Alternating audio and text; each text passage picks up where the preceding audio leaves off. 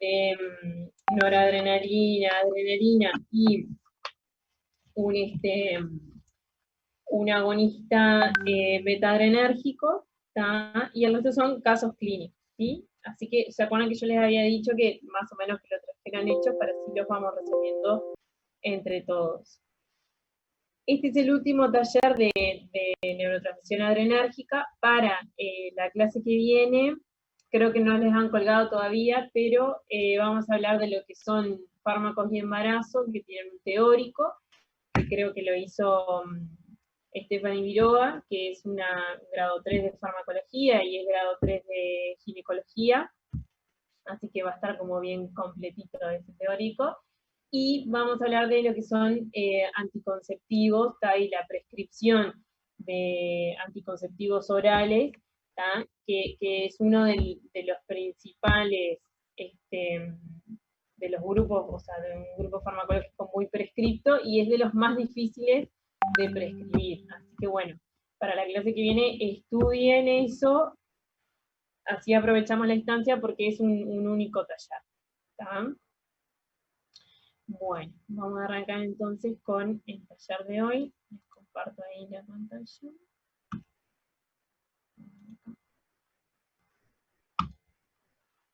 Bueno. ¿Ahí ven todos? ¿Ven o no ven? Sí, sí, se ve. Bueno, alguien que haya hecho este ejercicio y que vaya comentando más o menos qué discutió, qué pudo hacer, qué pudo leer.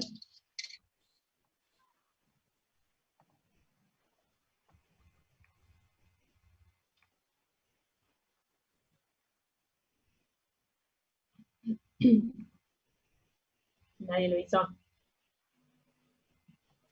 Sí, sí, sí, lo hicimos. Está, bueno, alguno que se anime. Maya va a hablar. ¿Quién? María Paz. Ah, María Paz es la que se ríe a carcajadas, después le dan ataques de risa. No, está bien. Está bien, ¿empiezo? ¿La leo? Dale, María Paz. A partir del siguiente gráfico, interprete el efecto observado de la noradrenalina o norepinefrina, adrenalina o epinefrina e isoproterenol sobre la frecuencia de pulso, la presión arterial y las resistencias vasculares periféricas.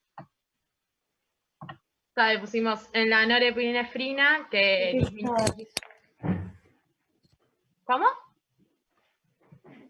No sé, alguien habló ahí, pero capaz que artefactos de sonido. Dale nomás.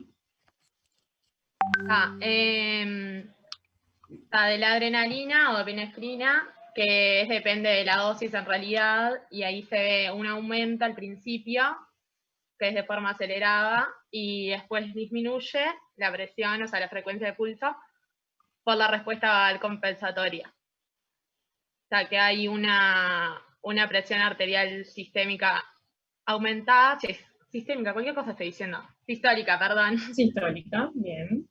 La media aumenta y la diastólica disminuye.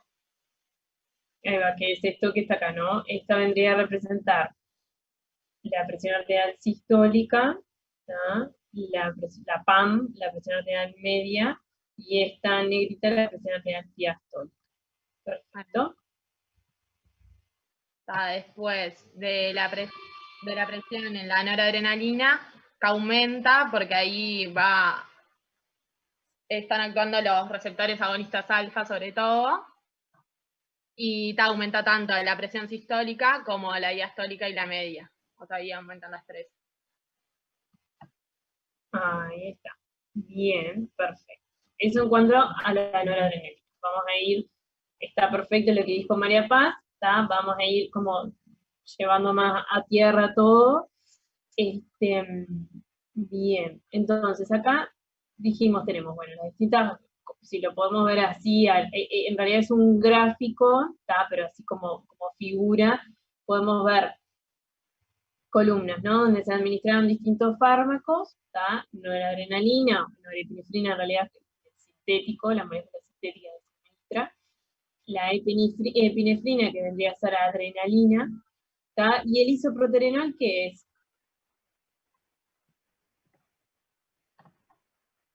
¿Qué es el isoproterenol? Es un agonista no selectivo. Un agonista no selectivo, ¿de qué receptor? De los beta 1. No, si es no selectivo, Los beta. Perfecto, ahí va, de los beta, muy bien. Enseguida María Paz se dio cuenta si es no selectivo, ahí va. De los receptores beta adrenérgicos, perfecto. Yo les decía a los compañeros del otro grupo que, bueno, el isoproterenol es, o sea, es una molécula sintética, un fármaco, que bueno, que después que fueron surgiendo con las invenciones y el desarrollo de otros fármacos, de otras moléculas más selectivas, como que su uso ha quedado medio relegado, ¿no? Pero fue uno de los primeros fármacos agonistas beta 2 que surgieron, ¿tá? El isoproterenol como agonista, y lo mismo pasa con el propranolol, que es un antagonista de los receptores beta. ¿Ah? El propranolol fue una de los primeros beta bloqueantes que surgieron, y pasa lo mismo. ¿Ah? Después, con el desarrollo de nuevas moléculas más selectivas por los distintos receptores, como que el uso de estos fármacos no es tan frecuente, pero sí sirve para la investigación y ¿cómo es esto? Y estudiar estos sistemas. Entonces, en las distintas columnas, los distintos fármacos, ¿tá? Y el efecto. Como en la primera fila vemos la frecuencia de pulso o frecuencia cardíaca, ¿tá? La presión arterial, que vendría a ser la presión arterial diastólica, la presión arterial media y la presión arterial sistólica, ¿tá? Y el efecto en la resistencia periférica, en las resistencias vasculares periféricas, ¿tá? ¿A qué dosis? ¿Sí? A 10 microgramos minuto, que vendrían a ser 0,01 miligramos, ¿tá? ¿Por qué les recalco esto de la dosis? Porque es importante, porque justamente este ejercicio es para ver la selectividad de los distintos, de estos distintos fármacos, ¿tá? Por los receptores a dosis bajas, ¿tá?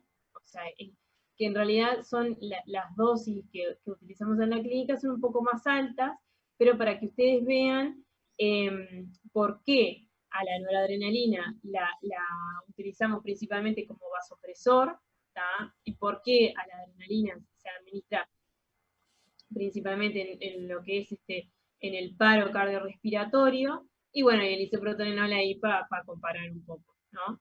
Pero lo importante es eso, ¿sí? Que en realidad lo que trata este ejercicio es para que ustedes vean la selectividad por los receptores adrenérgicos de estos distintos fármacos, o sea, cómo se comportan, ¿tá? Entonces, como dijo María Paz, ¿qué pasa? Cuando administramos noradrenalina a estas dosis, ¿tá? Nosotros vemos que en la frecuencia cardíaca, ¿qué pasó acá? Me la disminuyó, ¿tá? Me disminuyó la frecuencia cardíaca. Y esto, no te escuché muy bien, María Paz, por qué dijiste que pasaba, pero sí, bueno, si te animás a repetirlo o alguien más puede decir qué es lo que pasó acá, por qué disminuyó la frecuencia cardíaca cuando yo administré noradrenalina a esta dosis. Porque como aumentó la presión arterial, el reflejo al compensatorio va a hacer que te disminuya la velocidad del corazón. Entonces ahí baja la frecuencia de pulso. Ahí va. Pero está muy bien eso, ¿tá? O sea que la noradrenalina, con lo primero que se va a encontrar cuando la administras a estas dosis, ¿con qué receptores es? O sea, ¿cuál es por cuál receptor es más afín o tiene mayor afinidad a esta dosis? Los alfa. Ahí va, por los alfa 1, ¿tá? Entonces, lo que pasó, que fue lo que yo les voy a explicar, ahí ven todos ustedes, Sí. ¿ven? Sí. Que es esta formulita, que esta formulita la van a ver en fisiopatología y les va a facilitar la vida. ¿Qué pasa? la presión arterial es el resultado de lo que es las resistencias vasculares periféricas por el gasto cardíaco, ¿no? El gasto cardíaco es la frecuencia cardíaca por el volumen de eyección sistólico, ¿tá? Entonces, ¿qué pasa? Lo que pasó acá es, como yo tuve, ¿sí? Le administré la noradrenalina, y a esta dosis lo primero que hace es unirse a los receptores alfa-1, ¿tá? Lo primero que vi yo es su acción vasoconstrictora, ¿tá? La noradrenalina es vasoconstrictora por excelencia, ¿tá? O sea, tiene mucha afinidad en lo que es, o sea, la afinidad que presenta la noradrenalina primero se une a los alfa-1, ¿tá? Después a los beta-1, ¿tá? Y muy poquito, ¿sí? No tiene mucha afinidad por los receptores beta-2, ¿tá? Entonces, yo lo primero que veo es la gran subida de la presión arterial, tanto la sistólica como la diastólica, y por ende me aumenta la presión arterial media. Entonces, ¿cuál es el resultado de eso para compensar, ¿sí? Para disminuir la presión arterial, ¿tá? Yo lo que hago es, me aumenta el tono parasimpático o vagal, como dijo la compañera, ¿sí? Entonces disminuyo la frecuencia cardíaca. ¿tá? Disminuyo la frecuencia cardíaca, me disminuye el gasto cardíaco y por ende me disminuye la presión arterial. ¿tá? O sea, como para compensar. Bien. Eso a estas dosis, ¿tá? Que son bajas, ¿sí? Porque después la noradrenalina también se une a los receptores beta-1, ¿tá? Y con las acciones que ustedes ya conocen de inotropismo, cronotropismo y dromotropismo.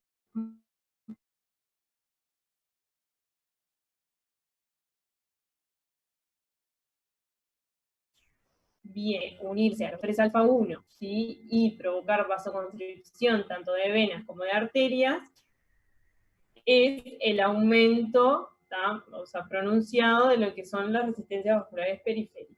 ¿tá? Bien, ¿eso lo entendieron? Sí. Bien. Bueno, y con la adrenalina vamos viendo de una y después hacemos como un global para que me entiendan más. Pero de la noradrenalina es eso, chiquines. Primero, a bajas dosis, o sea, por la selectividad que tiene este ligando por los receptores, es primero alfa-1, después beta-1, y se une muy poco a los beta-2. Ah. Bien, bueno, ¿y con la adrenalina?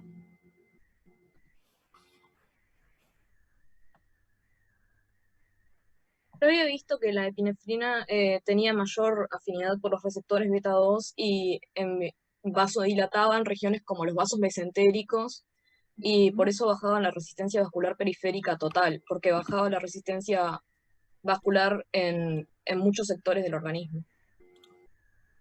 Perfecto, Camila, está bien eso que estás diciendo. Bien, ¿y eso cómo te darías cuenta en ese gráfico, de eso que vos explicaste? No sé, ahí aparece como que baja la resistencia periférica. Ahí va. Por la acción de la adrenalina sobre lo que son los receptores beta-2 adrenérgicos, ¿en dónde? En el músculo esquelético, ¿no? Ahí va, sí, está bien, en el músculo esquelético. ¿Y dónde más que dijo Camila ahí? En los vasos. Ahí va, y en algunos lechos sanguíneos, donde se prioriza lo que es la perfusión sanguínea. ¿tá? Y acá volvemos a lo mismo que decíamos en las otras clases, como ese dualismo entre lo que es, por un lado, cuando se activa el simpático, bueno, yo vasocontraigo para redistribuir el flujo sanguíneo, todo lo que son los órganos nobles y priorizar, ¿no? La vascularización de ciertos órganos y tejidos, pero por otro lado también tengo que optimizar ¿tá? Y que llegue, ¿no? O sea, aumentar el flujo sanguíneo a estos órganos para todo lo que es la entrega de nutrientes y todo eso. Uno de ellos, ahí va, es el músculo esquelético, ¿tá? Y después, bueno, todo lo que tiene que ver la circulación coronaria, bueno, a nivel del sistema nervioso central, ¿sí? Bueno, y después en todo lo que es el control en la circulación de todo lo que es arteriolas, yo ya ni me acuerdo de eso, pero lo precapilar y lo que son las arteriolas precapilares y poscapilares, ¿tá? Pero ahí va, es lo que vemos de la adrenalina es que a dosis bajas, ¿tá? Su perfil de selectividad es, como dijo Camila, primero los agonistas beta 2, perdón, los receptores, nada que ver, los receptores beta 2 adrenérgicos, ¿tá? Después beta 1, ¿tá? Y después los alfa, ¿tá? A diferencia de la noradrenalina que se une principalmente a los alfa 1 y beta 1, la adrenalina tiene, o sea, se une a tanto beta 2 como beta 1 y alfa 1, ¿tá? A distintas concentraciones. Por eso es que se dice que como se une, o sea, dentro de su perfil de selectividad, lo último es los receptores alfa 1, se dice que es un vasopresor dosis dependiente, ¿tá? Entonces, lo primero que vemos es su acción sobre lo que son los receptores beta 2, ¿tá? A nivel del músculo liso, ¿sí? Y del músculo esquelético, y vemos el descenso de lo que son las resistencias vasculares periféricas, ¿tá? Que ya viendo, ¿no? Si yo vengo para esta columna acá, veo que con el beta 2 es más con el beta 2, ay, perdón, que con el isoproterenol, perdón, acá este descenso es mucho más pronunciado, ¿tá? Y ahora vamos a ver por qué. Entonces, con la adrenalina, disminuye lo que son las resistencias vasculares periféricas, disminuye acá la presión arterial diastólica, ¿tá? Por eso mismo, porque vasodilata, ¿sí? Por acción de los receptores beta 2 adrenérgicos, ¿tá? La presión arterial media se mantiene ahí como constante, ¿tá? Como que no aumenta mucho ni disminuye mucho. ¿Y qué pasa con la presión arterial sistólica y la frecuencia cardíaca? Que aumenta. ¿Por qué es eso? Con la adrenalina.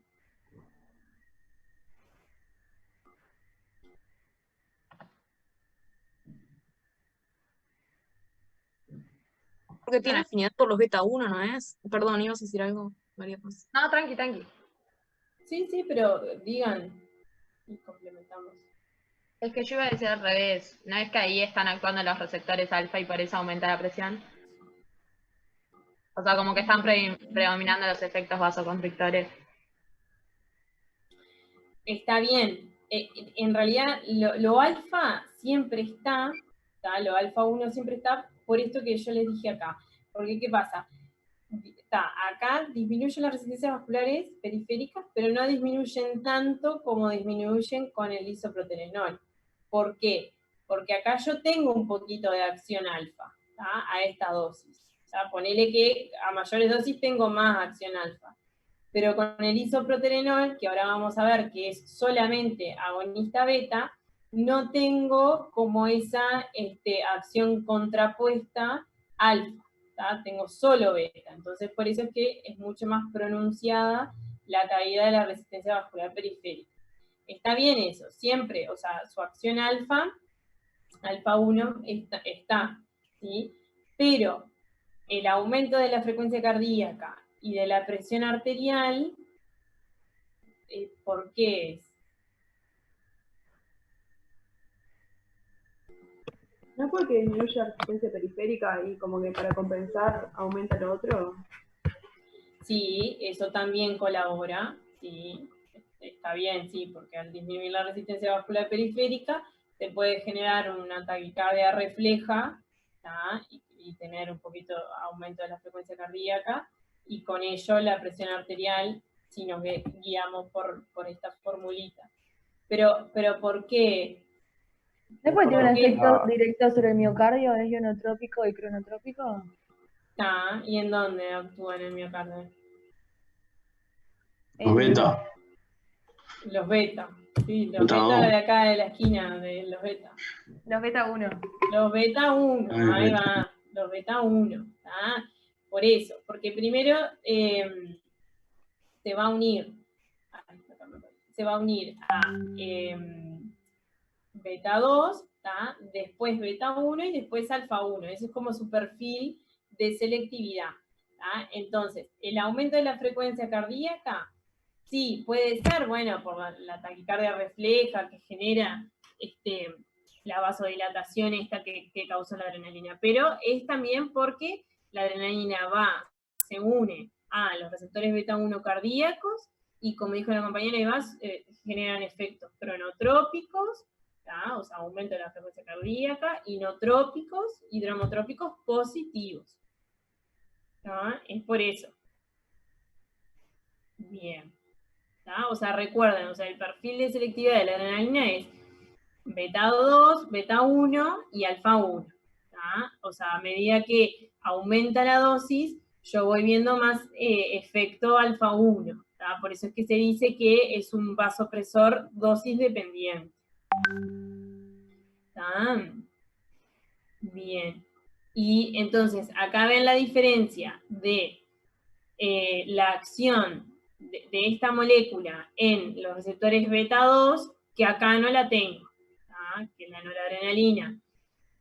Por eso es que se comporta diferente, ¿no? A esta dosis. Acá no hay efecto beta 2 y acá sí hay efecto beta 2. Entonces, esa es como la diferencia, el distinto comportamiento. ¿Ya? Y con el isoproterenol, ¿qué pasa acá?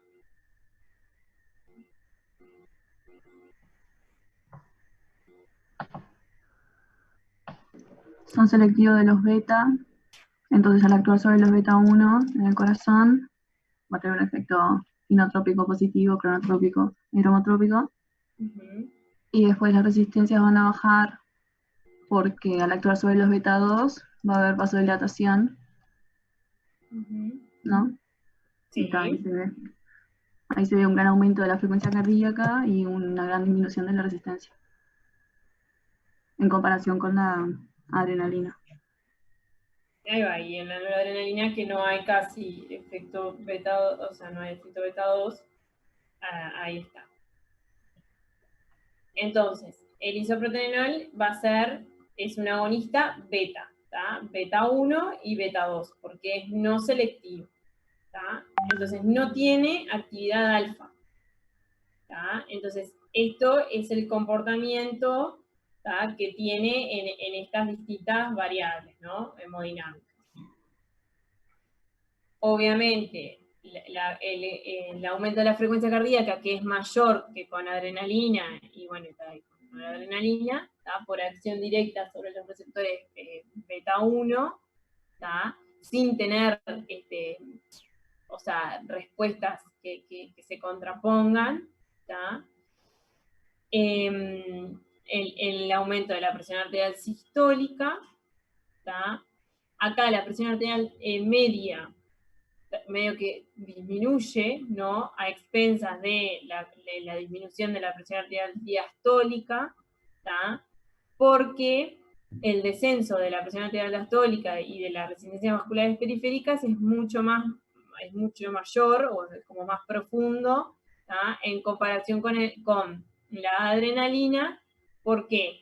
Porque acá no tenemos actividad alfa, el isoproterenol no toca los alfa, es específico de los beta.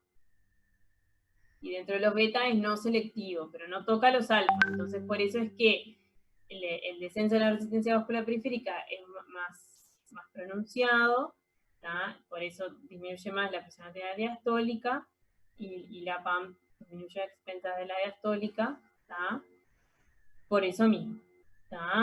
O sea, esto es como a estas dosis, el comportamiento de estos fármacos, ¿tá? Sobre estas variables hemodinámicas, ¿tá?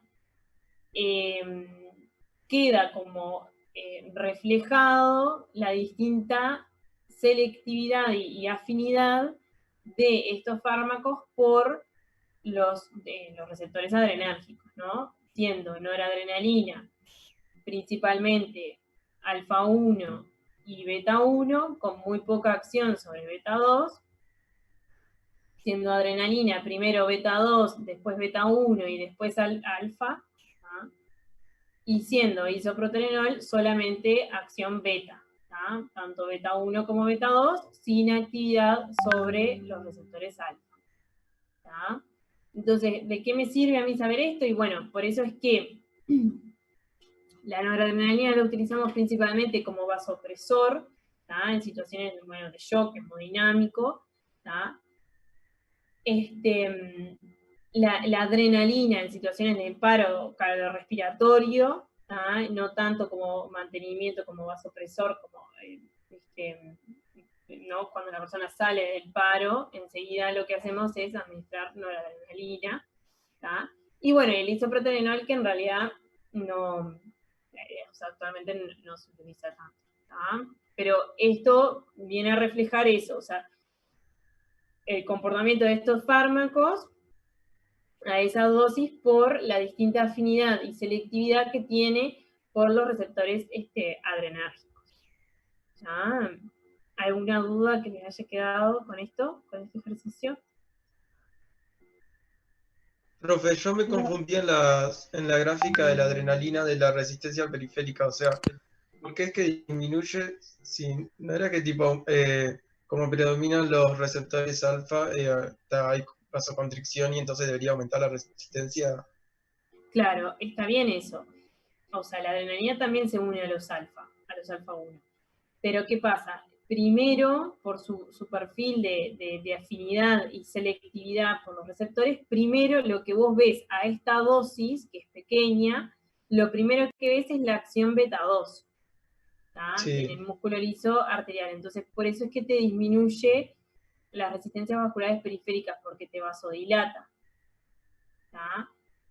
Igual acá se ve algo de los alfa, porque como te digo, con el isoproterenol disminuye más. ¿Por qué es eso? Porque acá hay un poquito de acción alfa que no está dejando que disminuyan tanto las resistencias vasculares periféricas. Pero, ¿por qué disminuye la resistencia vascular periférica? Por eso, porque la adrenalina, en su perfil de afinidad y selectividad por los receptores adrenérgicos, primero se une a los beta 2, que los beta 2 en el músculo liso lo que hacen es, y en el esquelético, o sea, lo que hacen es, el músculo liso, perdón, o sea, de las arterias y venas que irrigan los distintos órganos, dentro de ello el músculo esquelético, vasodilatan. Entonces, al vasodilatar, te disminuye la resistencia vascular periférica. No sé si entendiste ahora, Franco. O sea que la disminución de la resistencia en realidad la vemos más que nada con la diferencia con el isoproterenol y también con la norepinefrina. O sea, claro, que pero disminuye, esa pero no tanto. dosis. Claro, pero Claro, esa sí, esta sí. dosis, que es baja, Sí. es una dosis baja. Obviamente, si aumentás la dosis de adrenalina, es como te decía hace un rato, o sea, es un vasopresor dosis dependiente. Si vos aumentás la dosis, ya se va a unir más a los alfa 1 y ahí capaz que esta curvita te cambia, ¿tá? Ya se hace como, ¿no? Te puede aumentar, pero lo que pasa que es a esta dosis, o sea, esto está hecho justamente como para que se vea el perfil de selectividad de estos fármacos, ¿tá? O sea, está bien que vos digas que te aumenta la resistencia periférica, pero a altas dosis. A bajas dosis, lo que te hace primero, por su acción beta 2, por su mayor afinidad por los beta 2, te disminuye la resistencia vascular periférica. ¿Tá?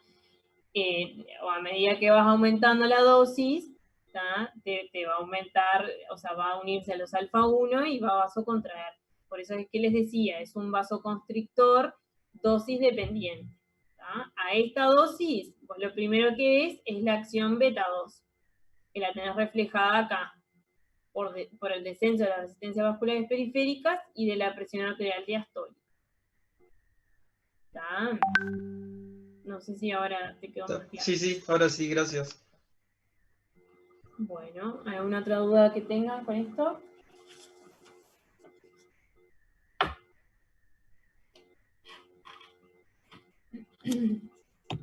¿No? ¿Todos claros?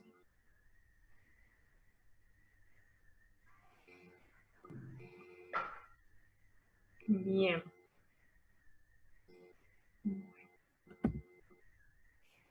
Esto es de Goodman, ¿tá? Que más o menos lo que les dice es lo mismo, ¿tá? La distinta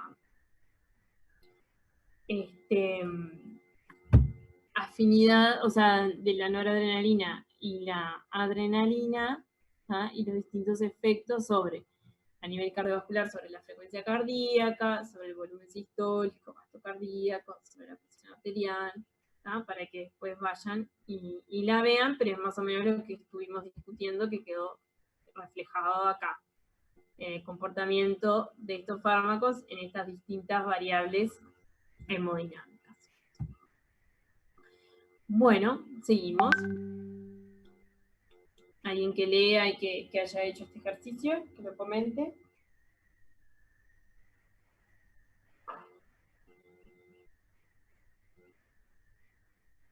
Yo leo. Dale, Agustina. Dice, para que se me movió todo.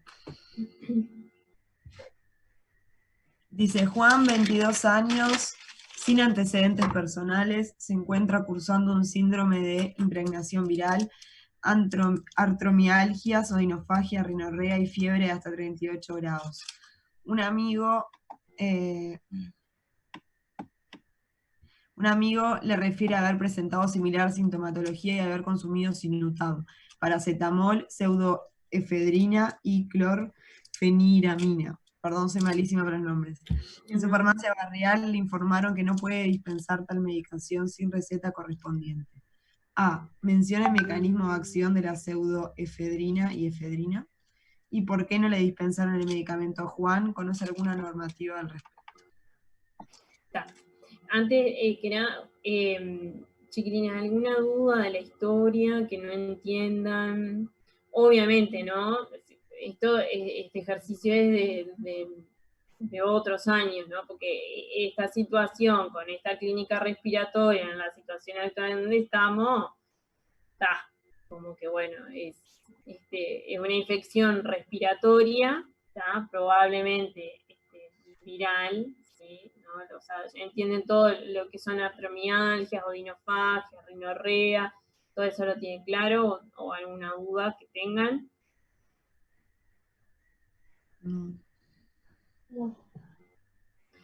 Bien.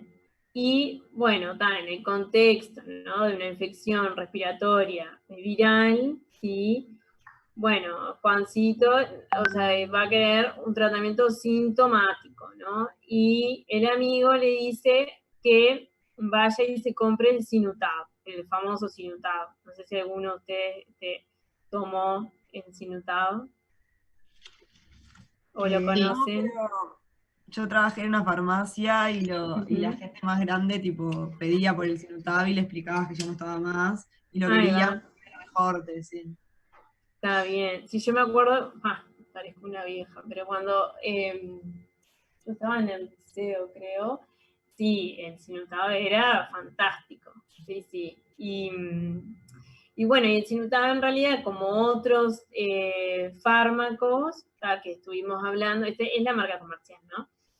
Es una combinación a dosis fijas. ¿Se acuerdan que ya estuvimos hablando de lo que es una combinación a dosis fija? O sea, en un mismo preparado, ya sea un medicamento, un comprimido, ¿no? Hay más de un principio activo, ¿tá?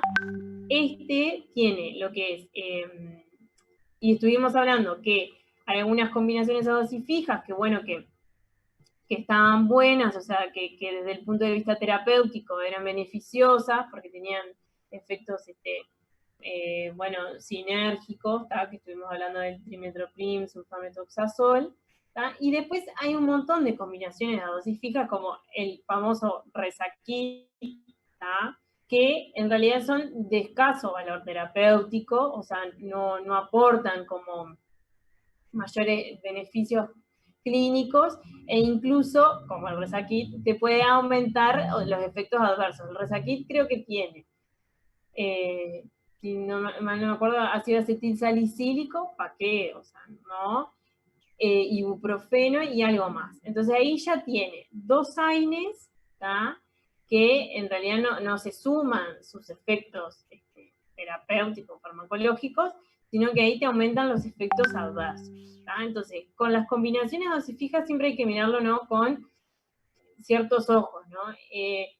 Por ejemplo, hay otra que es clásico, las señoras mayores menopáusicas, ¿cómo es que se llaman? Que se las prescriben a todas. Bueno, melargotina, creo que es una mezcla catastrófica. Es fenobarbital con extracto de veladona y la prescriben como agua. ¿Tá? En realidad son combinaciones dosíficas que en realidad no tienen como muchos beneficios, sino que pueden aumentar también los efectos adversos. ¿tá?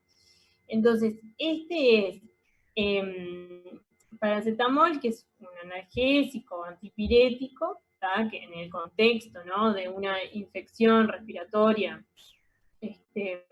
viral, bueno, está bien, sí, como tratamiento sintomático. La pseudoefedrina, que ahora me van a contar qué es, y la clorfeniramina, ¿tá? Que es el famoso Calitrón, ¿tá? Que es un antihistamínico, ¿tá? De primera generación, es un antialérgico, que bueno, que se conoce habitualmente por la marca comercial, que es el Calitrón, ¿tá? Que acá no suma mucho, ¿no? O sea, el antialérgico como que no viene a sumar mucho. Y bueno, y le dicen que no, va a comprar esta medicación y no se la dispensan porque lleva receta, ¿tá? Bueno, entonces, ¿qué mecanismo de acción tiene la pseudoefedrina y la efedrina? A ver, Agus, ¿qué estabas hablando vos? Bueno, es un antagonista adrenérgico que actúa mixto, porque actúa directamente sobre alfa y beta receptores.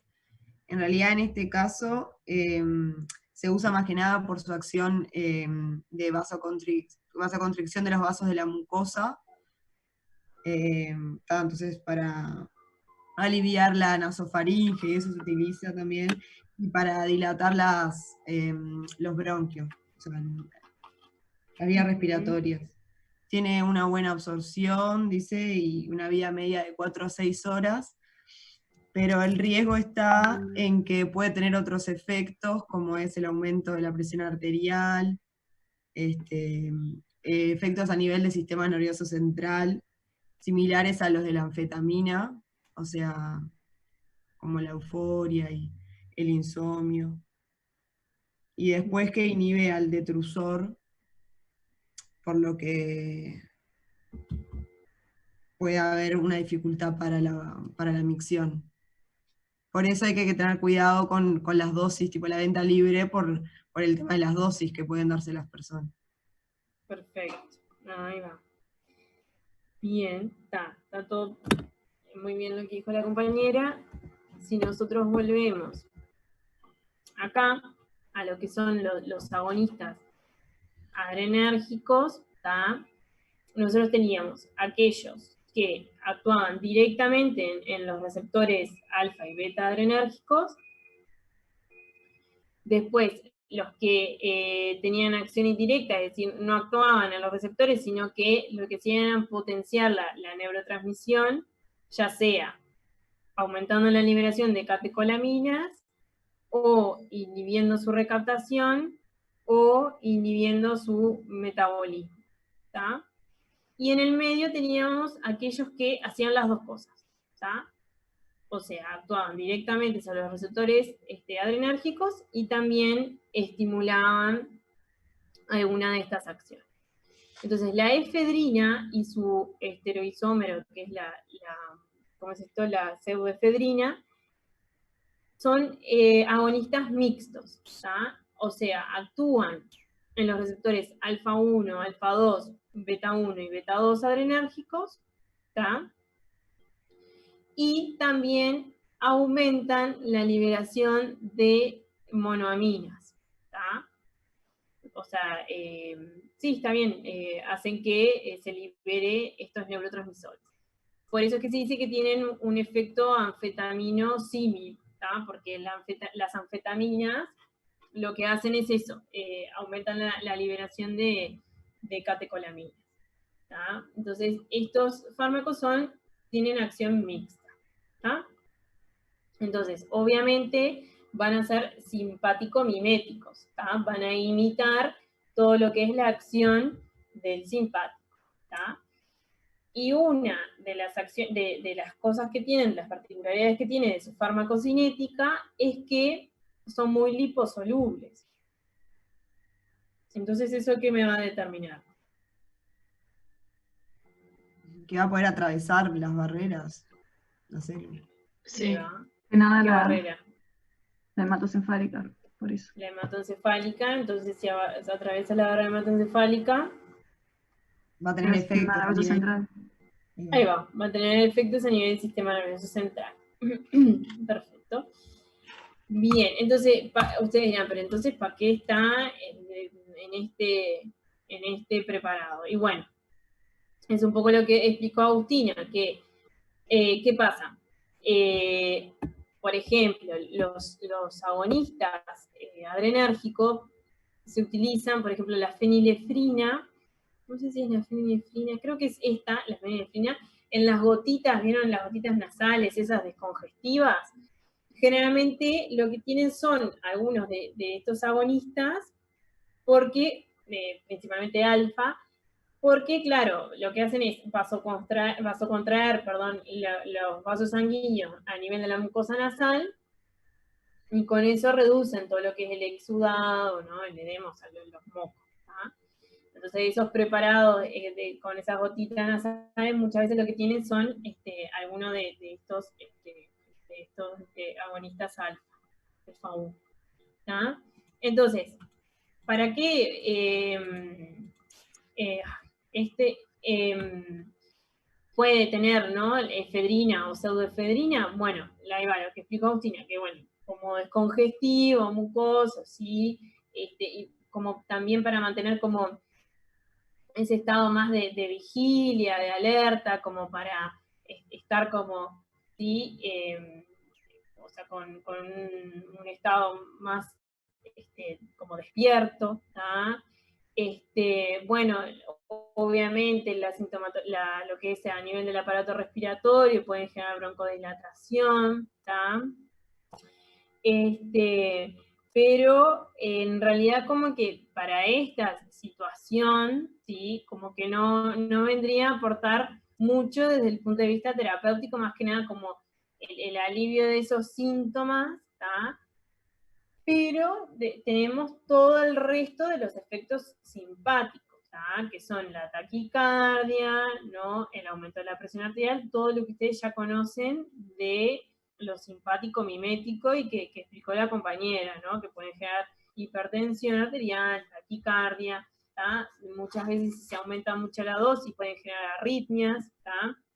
En un paciente, imagínense, en un veterano que, bueno, que ya tiene su sistema cardiovascular bastante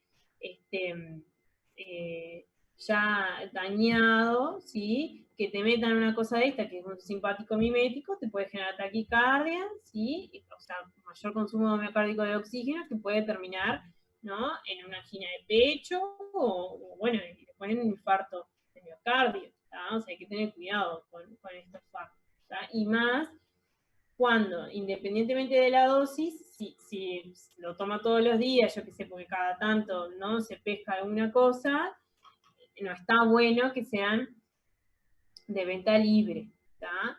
Y después todos los otros efectos que ya conocen, bueno, con su uso prolongado, ¿sí? Pueden generar retención urinaria, por todo lo que tiene que ver con los efectos simpáticos a nivel urinario, ¿tá? Y después, y no menor, eso que dijimos de que tiene acción principalmente a nivel del sistema nervioso central, ¿tá? Que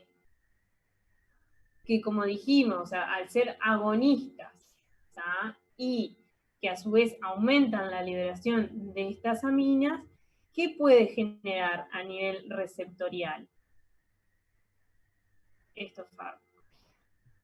Puede ser la taquifilaxia, Ahí va. ¿Y qué era la taquifilaxia? cuando disminuye la sensibilidad de la neurona posináptica, una regulación baja de los receptores posinápticos. Ahí ¿No va. es? ¿Y en qué se traduce eso? O sea, eso es como lo teórico, ahí va, lo patológico, y en qué se traduce eso en la clínica. Tolerancia, Menor ¿no es? efecto. Una somnolencia sería. ¿O No, la ¿No es un menor somnolencia no. efecto del fármaco?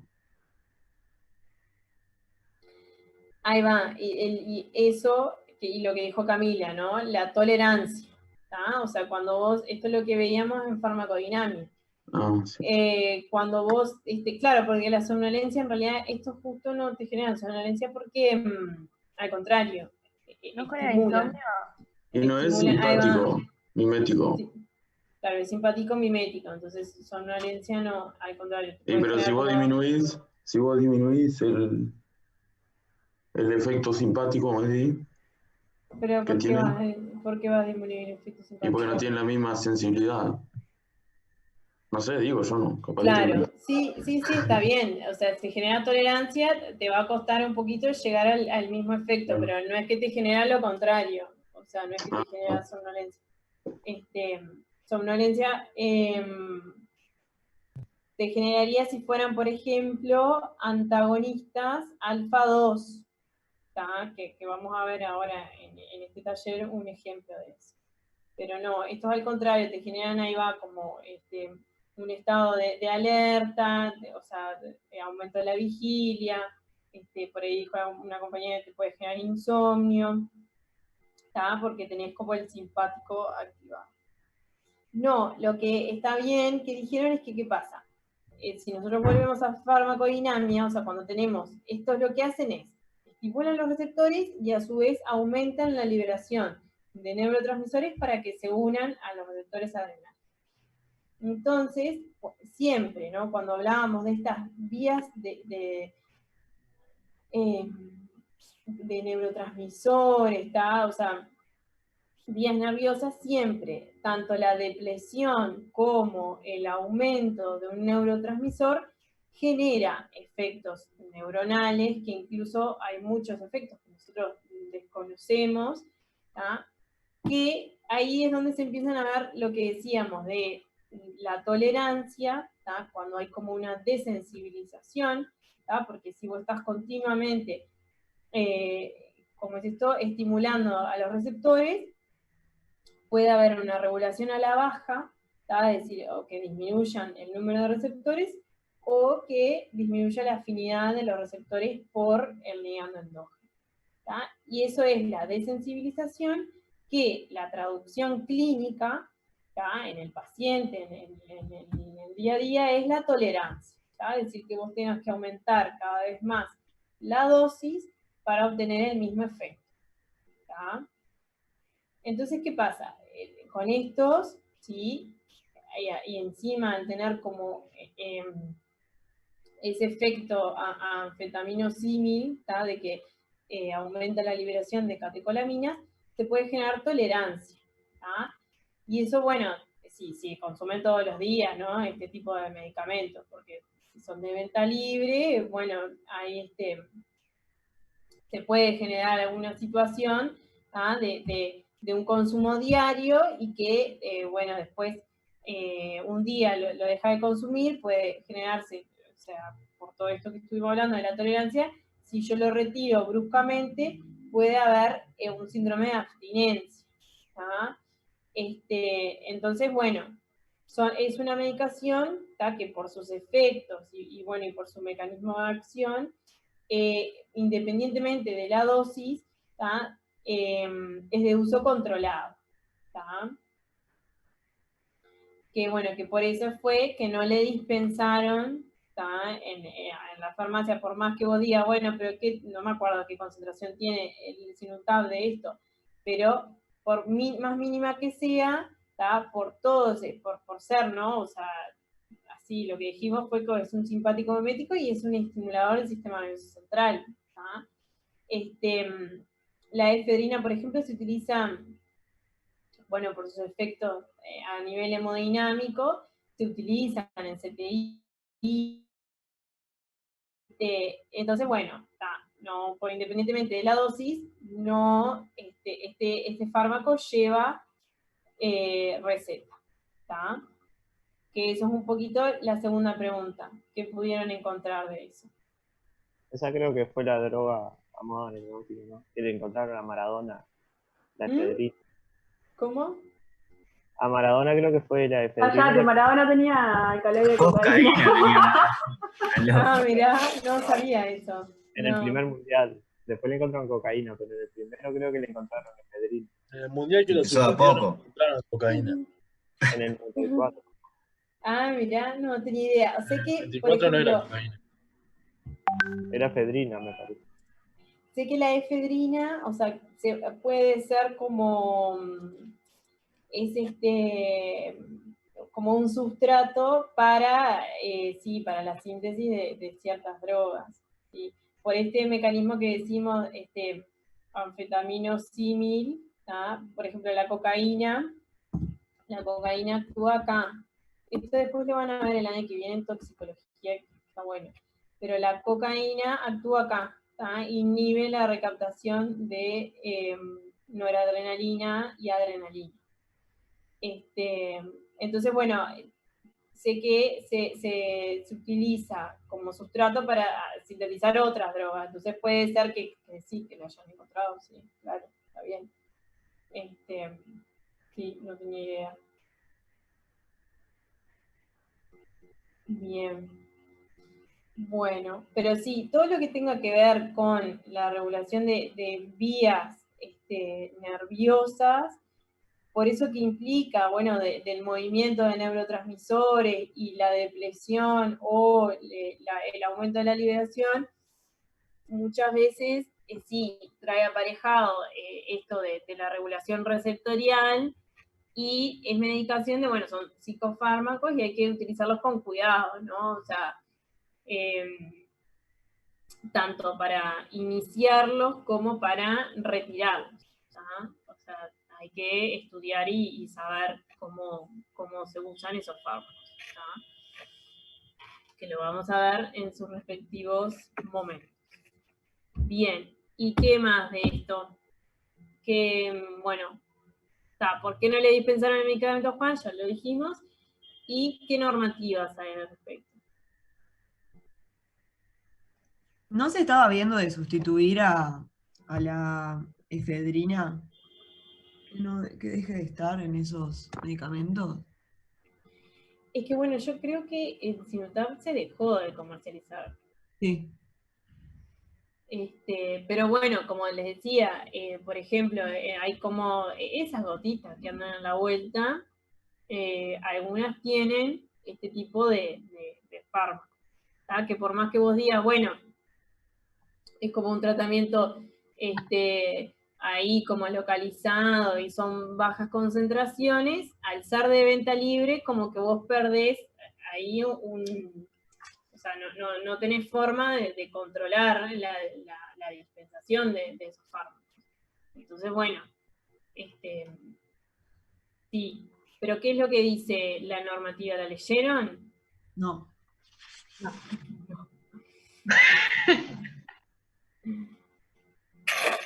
Bueno. No sé, yo la vi medio por arriba, no me acuerdo muy bien, pero decía que se considera un psicofármaco, entonces necesita la receta que es de psicofármacos, y también habla un poco sobre la traída, cómo es la importación de esta medicación, que que tipo, los que importan no la pueden importar así nomás. Pero Ahí va. no leí puntualmente qué decía. Está, pero ahí va, más o menos eso. Es el boletín farmacológico que esto lo lanzamos cada 3 meses. El departamento lanza un boletín con determinadas temáticas farmacológicas. Después pueden entran a la página del departamento, que es Farmacología HC, y van y ven el boletín. Creo que ahora en agosto o en septiembre lanzamos uno. Que lo escribieron Tamusiuna, que es el grado 5 de nuestro departamento, y Noelia Esperanza, que es la grado 4. ¿tá? Y bueno, acá lo que hicieron es describir un poquito el decreto que rige acerca de lo que son las condiciones de venta de este tipo de medicamentos. Y lo que dice es eso, o sea, es del 2012, y dice que todos aquellos fármacos que tengan efedrina o pseudoefedrina, por lo que estuvimos charlando, tienen que prescribirse con receta de psicofármaco. Y no importa la concentración que tenga ese medicamento, igualmente tiene que ir con receta, por lo que estuvimos hablando. Y después yo les traje otro boletín, que no sé si lo tienen en Eva, pero yo me acordé, que capaz que es muy pronto como para que lo vean ahora, pero ya tienen que ir sabiendo que en Uruguay,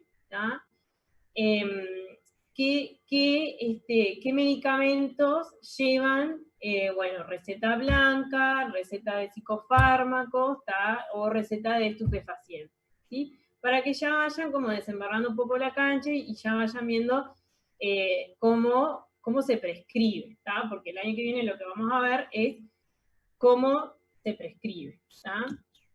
Entonces, y está bueno que lo sepan, porque yo no tuve estas clases en cuarto, y para que ya vayan sabiendo que en Uruguay tenemos 3 tipos de recetas médicas. O sea, en este boletín, que también lo escribieron docentes del departamento, lo que te dice es, cómo qué son las cosas que tiene que tener una receta médica, y cuáles son las recetas que existen en el Uruguay. Tenemos la anaranjada, que es en la que se prescriben estupefacientes como opiáceos o metilfenidato, que también es un estimulante del sistema nervioso central. Después receta verde o celeste, que en ACE es celeste, es la que se utiliza en la prescripción de psicofármacos, como por ejemplo, inhibidores selectivos de la recaptación de serotonina, benzodiazepinas, algunos antiepilépticos, algunos antipsicóticos, y después la clásica receta blanca, que son, es medicación no controlada, yo que sé, antihipertensivos, antidiabéticos, antiagregantes, o sea, el resto de la medicación que es no controlada, y que incluso pueden ser medicación de venta libre, yo que sé, como analgésicos, que acá en Uruguay es de venta libre, para que sepan, ¿sí? Estos entrarían en la categoría de psicofármacos, que irían con receta verde o celeste. Si quieren después lo leen, lo buscan, ponen prescripción, así nomás, receta médica, ustedes ya están con todo esto de lo tecnológico de internet, ponen así nomás, ponen boletín farmacológico, HC, Hospital de Clínicas, y ya les sale, y lo leen. Bueno, seguimos. ¿Les quedó alguna duda de ese ejercicio?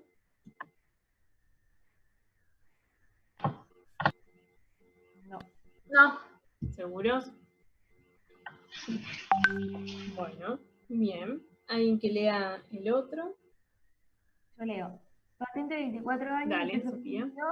Cursando gesta de 30 semanas. Consulta en emergencia por cifras de PA constatada en farmacia comunitaria de 190 a 110 milímetros de mercurio.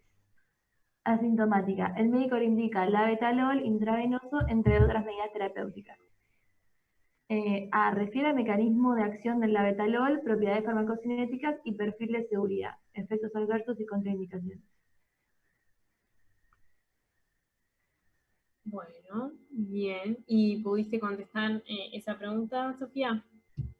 Sí, que el labetalol es un antagonista competitivo de los receptores alfa 1 y beta, y hace un bloqueo selectivo de los receptores alfa 1 y no es selectivo para beta 1 y beta 2.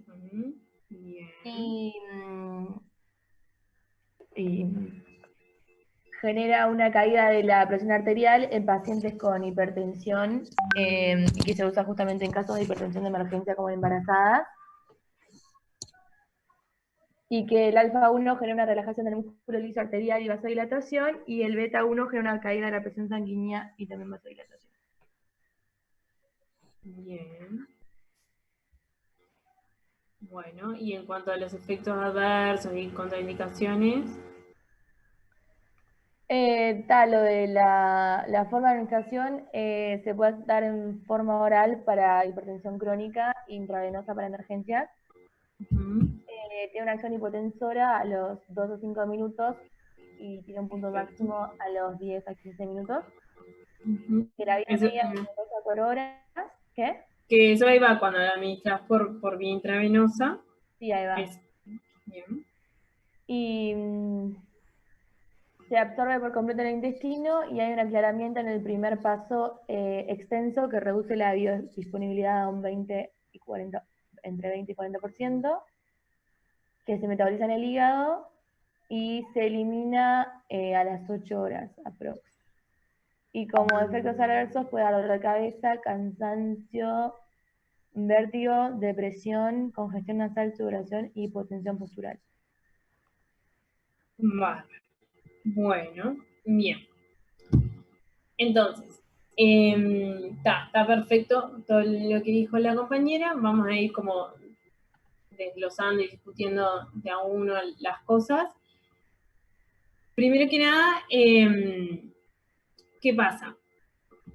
Acá nosotros tenemos, ustedes después van a ver lo que son las crisis hipertensivas, ¿tá? Que las dividimos en lo que son las emergencias, ¿tá? Y las urgencias. ¿Sí? La emergencia, como la palabra lo dice, en realidad lo que requiere es que inmediatamente se baje la presión arterial, ¿tá? En cuestión de minutos, ¿sí? ¿Por qué? Porque, bueno, por el nivel de cifras de presión arterial, y además porque muchas veces viene acompañado de síntomas, ¿tá? Ya sea insuficiencia cardíaca, ya sea, bueno, en un ACV hemorrágico, ya sea una estenosis aórtica o otra situación clínica de emergencia, ¿tá? O sea, que venga acompañada con síntomas, ¿tá? Y lo que son las urgencias hipertensivas, ¿tá? En realidad son cifras elevadas de presión arterial. Les estoy diciendo cifras elevadas porque después van a ver en el adulto, en la embarazada, se es un poco más generoso con el límite, el corte, ¿tá? En la urgencia, en realidad, vos tenés un periodo de tiempo, ¿no? Como más para disminuir la presión arterial de horas a días, ¿tá? O sea, no es como una situación inminente, ¿tá? Que amenaza la vida a causa de esas cifras elevadas de presión arterial. Entonces, muchas veces, bueno, puede ser una cifra, ¿no? De presión arterial elevada, asintomática, o bueno, que no venga acompañada con alguna de estas situaciones que comentamos. En la embarazada, en realidad, vos tenés como o sea, es más generoso, o sea, como que, no, al revés, no sé, es tan generoso, o sea, vos, ya con cifras de 160, 110, o mayores a esa, ya la tenés que tratar, ¿tá? Entonces, ¿qué pasa? El problema acá con la embarazada, que es lo que vamos a ver en el taller que viene, que me parece que está muy bueno y que aprovechen a leer, es que la embarazada ya tiene, es un capítulo aparte, o sea, la farmacología en la embarazada es un capítulo aparte, porque hay un montón de modificaciones, que algunas cosas estuvimos hablando en farmacocinética, y además hay fármacos que no se pueden administrar durante el embarazo, ya sea porque tiene efectos teratogénicos o porque tiene efectos adversos en el neonato o en el feto. Entonces es como que eso complejiza más. O también en lo que es en la lactancia, hay fármacos que se excretan a través de la leche y, ¿cómo es esto? Puede haber absorción por parte del lactante y puede tener efectos adversos. Entonces es como, en la embarazada hay como otro capítulo, y hay que ver, y muchas veces en realidad son lo que se llaman huérfanos terapéuticos, tanto los pacientes pediátricos como las embarazadas, porque hay estudios de aprobación de fármacos no se evalúa en estas poblaciones, entonces no sabes si se puede indicar, si no se puede indicar, entonces eso también complejiza la prescripción durante el embarazo, que lo vamos a ver todo en la clase que viene. Bien, entonces, el labetalol, que es acá ya entramos en lo que son los beta bloqueantes, los antagonistas de los receptores beta adrenérgicos. Es un fármaco que dentro de sus efectos farmacológicos es un antihipertensivo, o sea, porque ya estuvimos hablando en la clase anterior que los beta bloqueantes tienen como su gran terreno, su amplio uso en lo que es la cardiología, justamente por todos los efectos que tiene. Entonces, el labetalol, por ejemplo, es un fármaco que se puede utilizar durante el embarazo y que es muy bueno para estas situaciones puntuales de emergencias hipertensivas. Bien, entonces, en cuanto al mecanismo de acción, ¿me escuchan ahí todos? Sí. Se me estaba trancado. Esta es una tablita del Goodman, que acá tenemos lo que son los beta bloqueantes, que se dice beta bloqueantes, pero lo pueden leer también como bloqueadores de los receptores adrenérgicos beta o antagonistas. ¿Qué les iba a decir?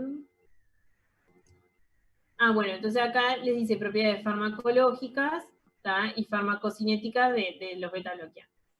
Se dividen en generaciones según la selectividad por los receptores beta. Los de primera generación, que son no selectivos, que son, uno de ellos es lo que le mencioné al principio de la clase, que es el propranolol. Es un fármaco que ahora no se utiliza tanto porque, ¿qué pasa?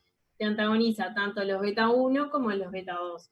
Entonces eso puede tener algunos efectos adversos que ahora vamos a hablar, y por esa poca selectividad que tiene, en realidad como que no se utilizan tanto en la práctica clínica diaria, pero lo pueden llegar a ver, por ejemplo, en las crisis tirotóxicas, en el hipertiroidismo, que después el hipertiroidismo, lo van a ver mejor cuando estén en médica, que es como un estado simpático, por las hormonas tiroideas, en más, ¿sí? Entonces el propranolol se utiliza mucho como para disminuir todos esos síntomas del hipertiroidismo cuando hay, un hipertiroidismo marcado, posta, sintomático.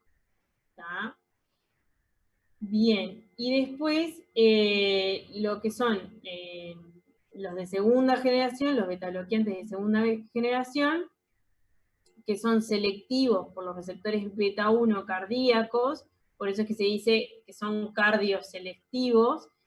Estos ya tienen un mayor uso, estos los van a ver, tienen su auge en la cardiología, obviamente, en lo que es la insuficiencia cardíaca estable, en la cardiopatía isquémica, en el tratamiento de ciertas arritmias, lo van a ver prescripto, ¿sí? Lo van a escribir, que son el atenolol, bisoprolol, el esmolol. El esmolol tiene, a ver si está acá, sí, acá, tiene la característica de que su efecto es muy cortito, ¿tá? Miren, o sea, dura nada, tipo 5 minutos. ¿Tá? Entonces se utiliza mucho en situaciones clínicas agudas, ¿tá? Para disminuir la frecuencia cardíaca en agudo, ¿sí? Y, bueno, el metoprolol. Después están los de tercera generación, ¿tá? Que estos, ¿qué pasa? Son antagonistas beta no selectivos, ¿tá? Es decir, se unen tanto a beta 1 como beta 2, pero tienen acciones adicionales, ¿tá? Que son los de tercera generación, que se llaman. ¿Qué acciones adicionales tienen? Bueno, vasodilatan por otros mecanismos. Por producir óxido nítrico, todo esto es del Goodman, ¿tá? Y después y lo ven mejor. Producen óxido nítrico o agonizan los receptores beta 2, ¿tá? O son antagonistas de los receptores alfa 1, ¿tá? O bloquean la entrada de calcio, ¿sí? Bien. ¿Qué son? Por ejemplo, el nebivolol, ¿tá? Lo van a ver escrito.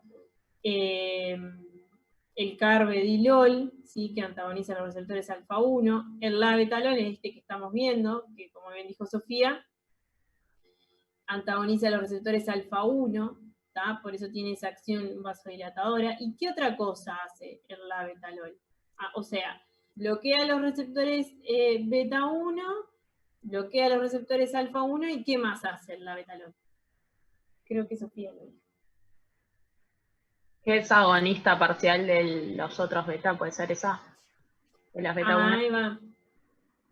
Que es un agonista parcial de los receptores beta 2.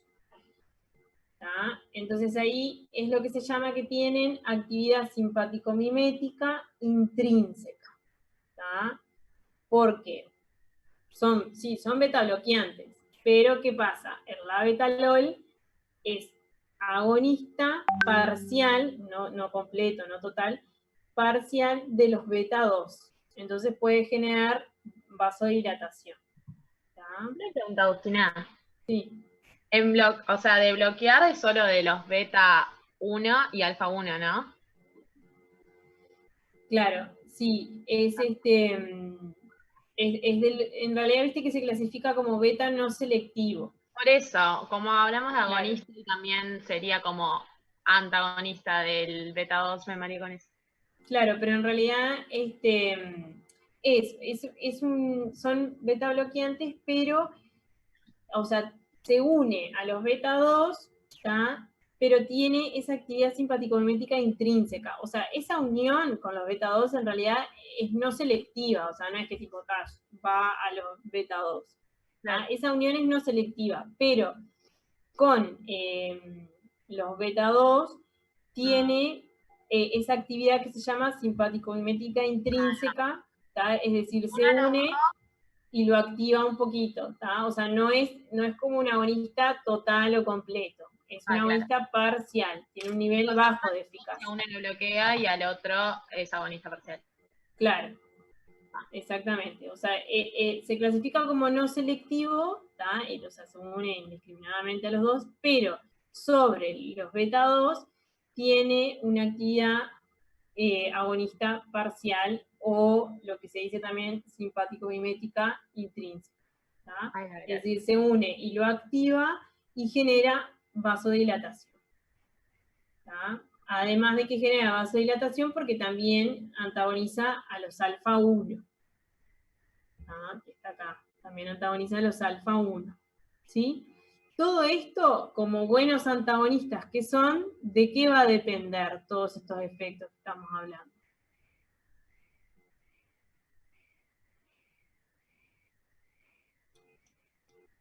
De la presencia del agonista. Ahí va. Y de la presencia del agonista, entonces, De la dosis. eso llevándolo al sistema donde estamos modulando farmacológicamente, ¿De De qué la activación depende? La actividad simpática. simpática. Perfecto, ahí va, del tono simpático que haya. ¿Tá? Capaz que si yo estoy acá tranquilaza y me dan un beta bloqueante, no me hace nada, ¿tá? Porque estoy tranquilaza acá. Pero en un paciente, bueno, que, por ejemplo, todo lo que tiene que ver desde el punto de vista cardiovascular, en la insuficiencia cardíaca, que no sé si hace como años que les vengo hablando de la insuficiencia cardíaca y no sé si le han dado todavía, pero en la insuficiencia cardíaca hay como un estado de hiperactividad del simpático, porque ¿qué pasa? Porque para tratar de compensar la función de bomba del corazón, se activa el simpático. Entonces, entonces claro, en estos pacientes, que ya tienen, ¿no?, como dañado todo lo que es la actividad cardíaca, en esos pacientes se ve el uso de estos fármacos, ¿no? O sea, mejora. Como por ejemplo, después del infarto de miocardio, ¿sí?, el uso de estos fármacos mejora todo lo que tiene que ver con el consumo miocárdico de oxígeno. O sea que depende de lo que es el tono simpático que haya. ¿Cuándo se pone de manifiesto eso? Bueno, en estas situaciones patológicas que estamos hablando y en lo que es durante el ejercicio. Durante el ejercicio es donde se ve principalmente el efecto de estos fármacos. En lo que es en el síndrome coronario, ¿no? O sea, cuando no, vos tenés todas tapadas las arterias y te pones a hacer ejercicio, bueno, el beta bloqueante, o sea, mejora el consumo miocárdico de oxígeno. Lo mismo,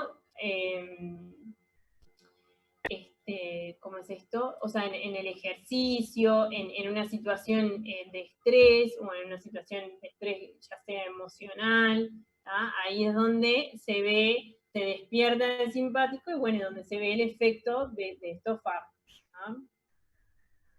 Bueno, me fui de las ramas, pero el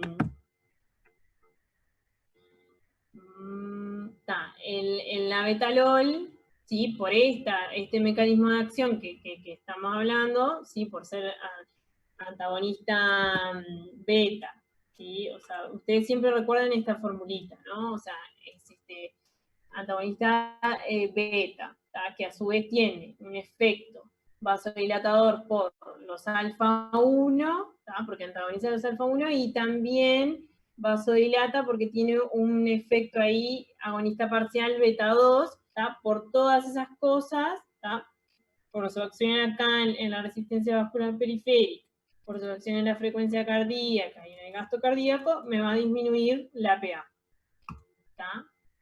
Bien, ¿y por qué lo usamos en la embarazada? Bueno, porque es uno de los fármacos que se puede utilizar durante el embarazo y en cualquier emergencia hipertensiva después van a ver que se utiliza, porque bueno, porque es muy bueno, se puede utilizar en esta situación de emergencia, tiene presentación intravenosa, todo eso.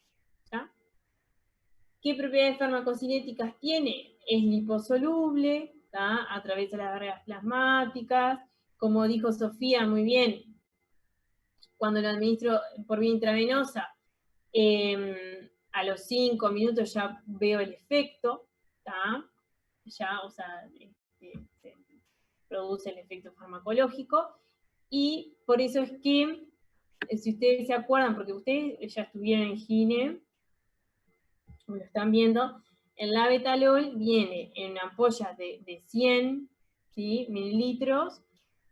Eso lo que hace, se diluye en 20 cc de suero, de manera que te queda 5 miligramos mililitros.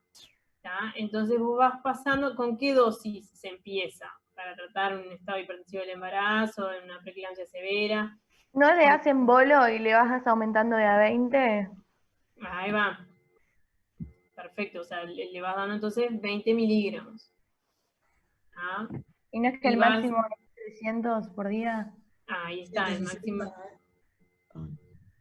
es 300. Le vas aumentando de a 20, y por eso es que todo esto es monitorizado, ¿no? No van a tener a la embarazada en una silla, o sea, monitorizado con un monitor, monitorizando lo que es todo lo que tiene que ver monitorización cardíaca y de la presión arterial. Y de ahí va, de a 20 miligramos, ¿tá? Y por eso es que no, vas viendo el efecto y a los 10 minutos reevaluás, ¿tá? Si no disminuyó la PA, le podés hacer otros 20 miligramos, ¿tá? Y así, ¿tá? Todo esto monitorizado. Bueno. Esperen un segundito. De los efectos adversos, es más o menos lo que ya comentó Sofía, pero es todo lo que tiene que ver con no bloquear el sistema nervioso simpático, ¿no? Todo lo que son los efectos adversos metabólicos, en lo respiratorio. ¿Qué vieron de los efectos adversos respiratorios de los beta bloqueantes en general?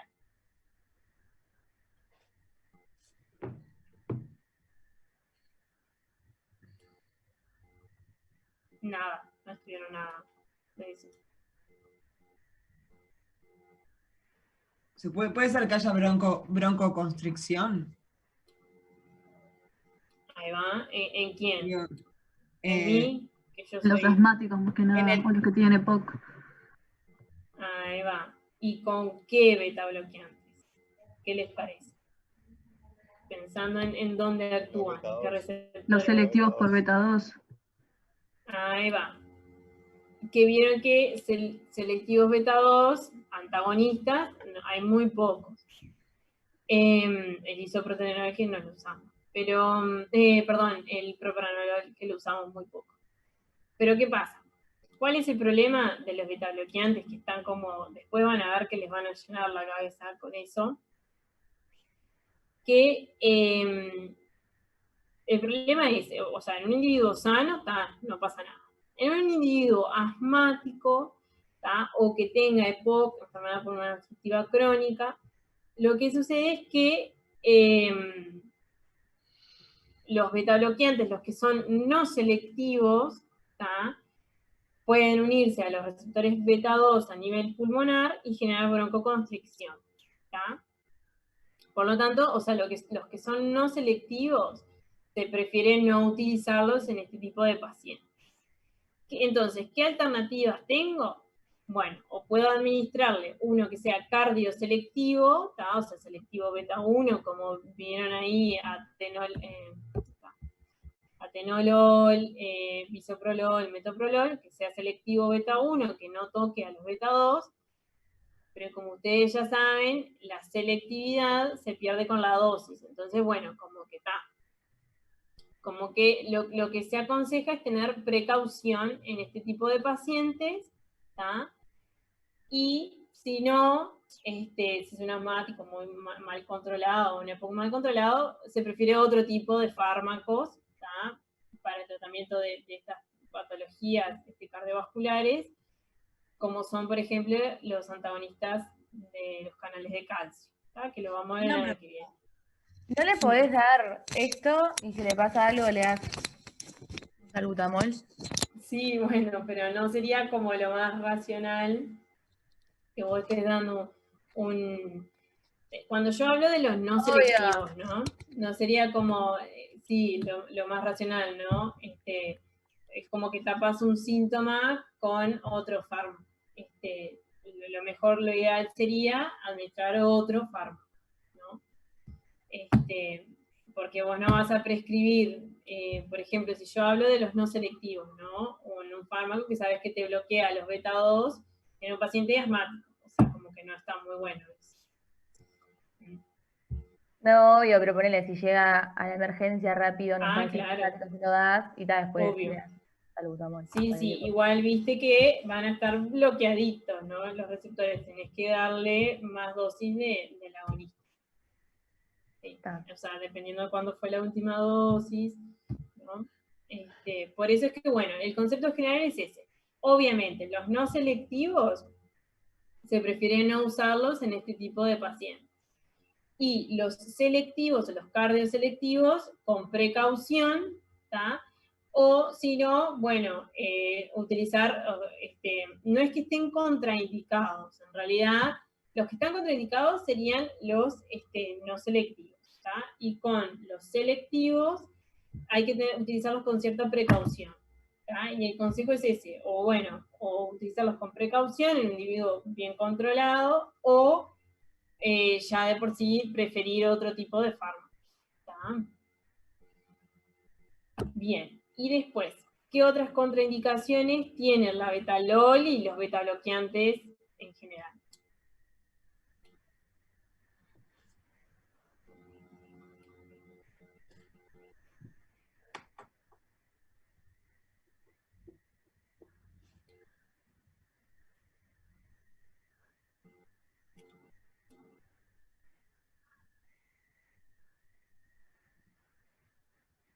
Vamos, ¿qué otra contraindicación tiene la betalol?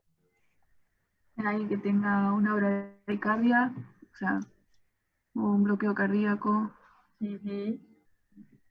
Ahí va. ¿Qué bradicardia, o sea, qué frecuencia cardíaca, qué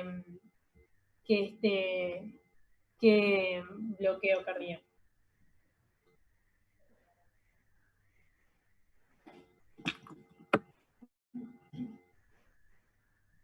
Bradicardia menor a 60. Sí, menor 60. Ay, perdón, que fui a prender la luz y no escuché. ¿Qué?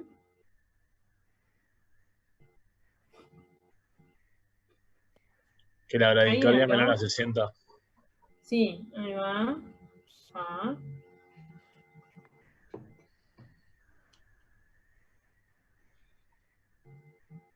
¿Y quién era que estaba preocupado la clase pasada que no estábamos viendo los fármacos? Joaquín era uno de los Joaquines. O sea, esto forma parte de estudiar lo que es el perfil farmacológico del labetalol. Una Y es, también otra de las de las contraindicaciones no era por el asma también, sí, que por el eso fue tema de lo que hablamos recién. Ah, claro, sí. Está bien. Decía que no se use en shock cardiogénico, en broncoespasmo o asma. Ahí va, obviamente, si está teniendo una crisis asmática, menos que menos, ¿no? Ni que hablar, obvio. Eso está muy bien, está el tema del shock. ¿Qué pasa? Estos fármacos van a hacer cronotrópicos, inotrópicos y dromotrópicos negativos, porque van a antagonizar la acción, ¿tá?, de las catecolaminas. Entonces,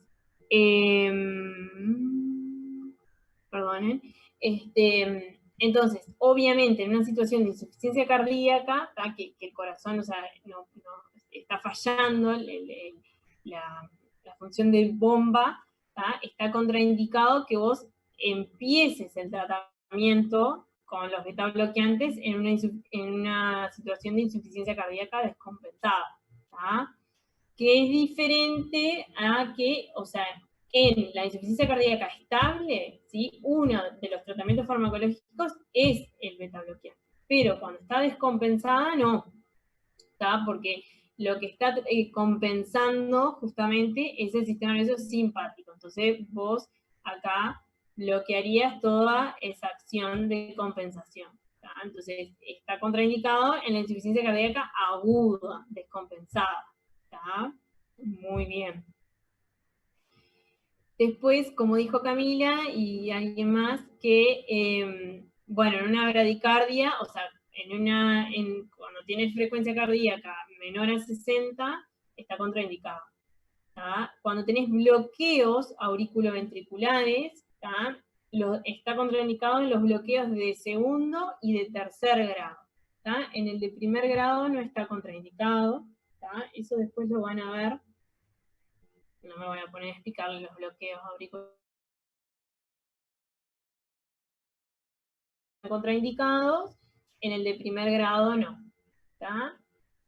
Bien, eso en cuanto a las contraindicaciones que después van y las siguen leyendo en profundidad. Después, en cuanto a los efectos adversos, ya estuvimos hablando de que a nivel cardiovascular, obviamente, un efecto adverso puede ser la bradicardia, ¿tá? Porque está implícito en su mecanismo de acción, ¿tá? La hipotensión, ¿sí? ¿qué otros efectos adversos tiene este medicamento? Ya estuvimos hablando a nivel respiratorio. ¿Qué otros efectos adversos tiene la betalol? Y los beta-bloqueantes en general. Retención de orina, dificultad en la micción. Los beta-bloqueantes. ¿No? Dice... No, esto justo no. Los que sí pueden tener eso serían los agonistas, ¿tá? Como vimos en el ejercicio anterior, ¿tá? Que pueden generar retención de orina porque justamente el simpático se activa, ¿tá? Entonces genera retención de orina, pero los beta bloqueantes no.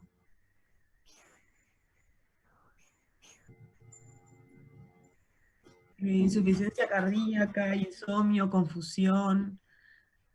Cansancio, depresión, letargia. Claro.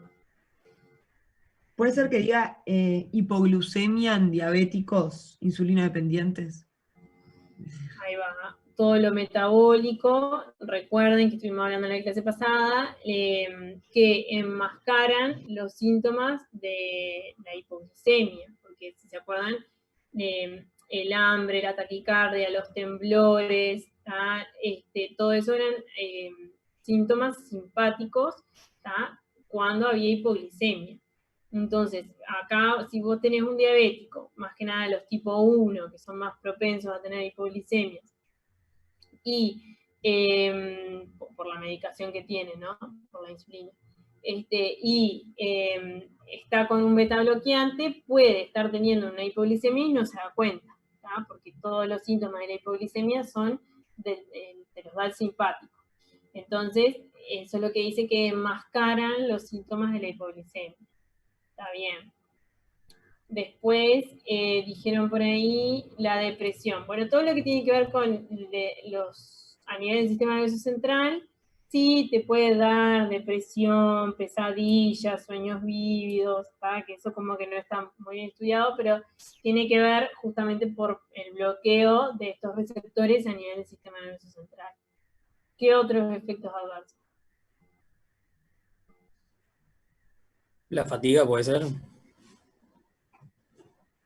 La fatiga, sí, estoy tratando. Ustedes siempre los efectos adversos razónenlos pensando en el mecanismo de acción, ¿tá? Los de tipo A, que son los más frecuentes.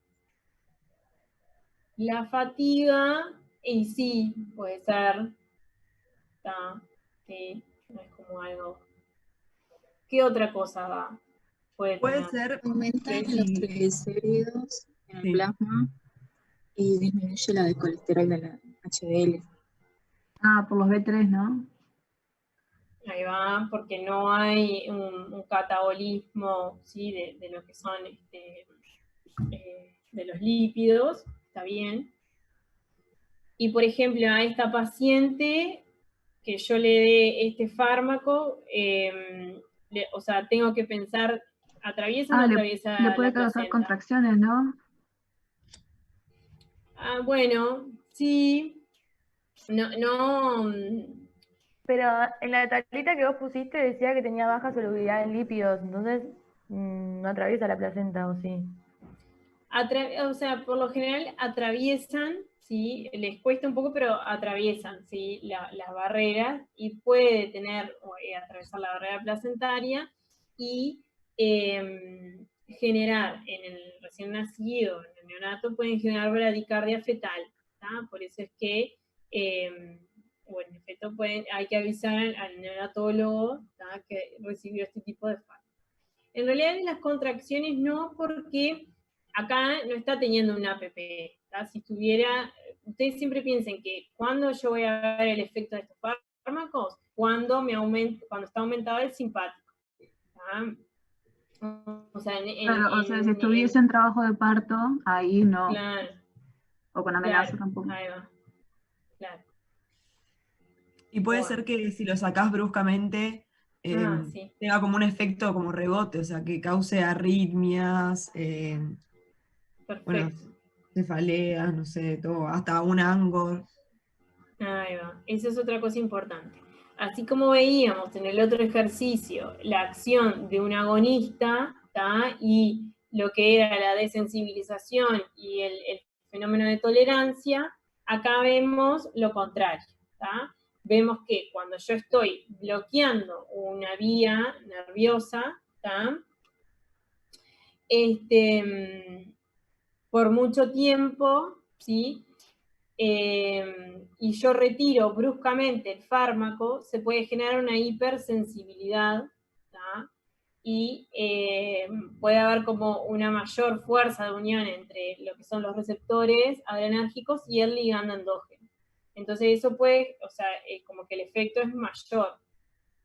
Entonces puede haber una taquicardia con riesgo de arritmias, ¿tá? O sea, angina de pecho, ¿no? O sea, todo lo simpático, pero en más, ¿tá? Si yo retiro bruscamente este tipo de medicación. Perfecto, eso está muy bien. ¿Entendieron eso? O sea, sería como al revés de lo que vimos hace un ratito, ¿tá? O sea, acá lo que se ve es como una hipersensibilidad. Yo estoy bloqueando una vía nerviosa, ¿tá? Y una vez que retiro el fármaco bloqueador, hay como una hipersensibilidad de los receptores por su ligando endógeno. Entonces como que el efecto es mayor, es como más pronunciado, ¿tá? Y eso llevado a este sistema, principalmente lo que es cardiovascular, puede generar, sí, aumentar la frecuencia cardíaca, arritmias, todo eso. Bueno, y después van y siguen leyendo, eso es como lo grande, ¿tá?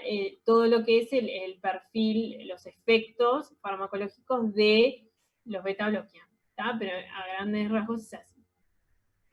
Bueno, y después, esto ya lo estuvimos hablando, pero en la evolución se constata un descenso de la frecuencia cardíaca de 50, un descenso de la PA de 90 a 60, ¿y qué les parece esto? ¿Por qué es? ¿Qué pasó acá? ¿Es porque está actuando en dos tipos de receptores? Como es agonista para beta 2 y antagonista para beta 1. Ahí está. ¿Y qué sería ahora estos efectos? O sea, como que Efecto adverso. habría una vasodilatación y una disminución, no sé cómo explicarlo.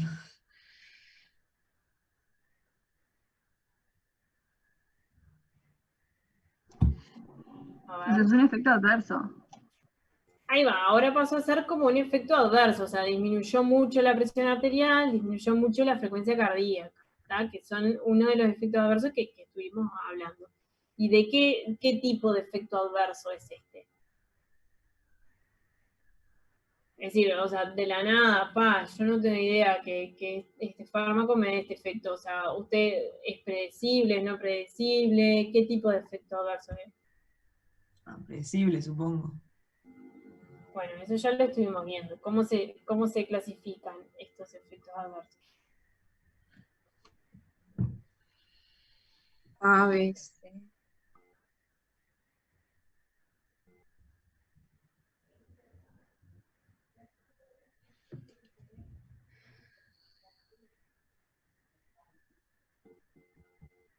Puede ser que sean los de tipo A, que son como dosis dependientes, que si vos le das como una dosis mayor, podés como que el efecto sea mucho y pase a ser adverso. Ahí está. Son lo que se llaman efectos adversos de tipo A, dosis dependientes. ¿Ah? O sea, si das mucha dosis de un fármaco, ¿ah? Puede generar este efecto adverso que es totalmente predecible y que se desprende del mecanismo de acción. Bien. Bueno, nos quedan 15 minutos. Vamos haciendo de a uno mecanismo de acción y situación clínica en la que la indicarían de estos 4. ¿Alguien más que no haya hablado?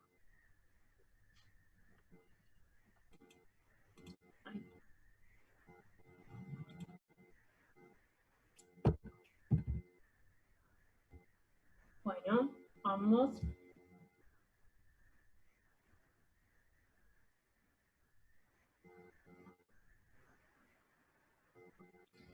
¿Quién estaba preocupado de la clase pasada?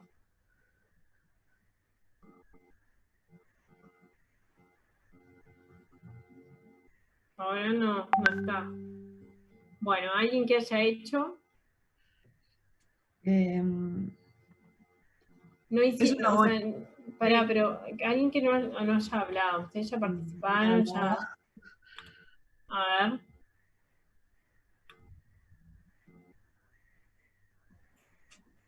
Es un agonista del alfa 2. El alfa metildopa se utiliza como un antihipertensivo. Bien, bien. Como un antihipertensivo, por ejemplo. Por ejemplo, Este está durmiendo, Santiago como para Rego. la eclampsia, para la preeclampsia. Para la preeclampsia, está bien. Pero más que nada, sí, está bien, se puede utilizar, pero ¿en qué situación clínica dentro de la embarazada se utiliza más comúnmente?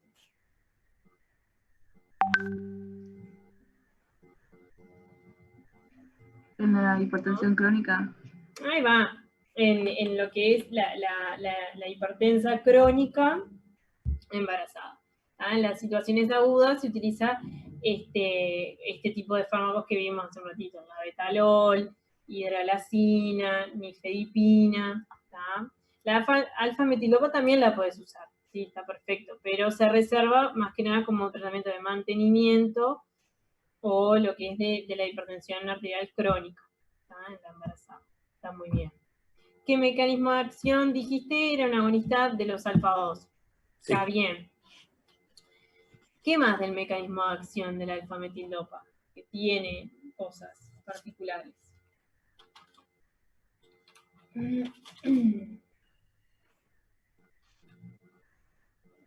Se inhibe la síntesis de noradrenalina. Que inhibe la síntesis. O sea, inhibiendo la dopamina descarboxilasa, ¿no?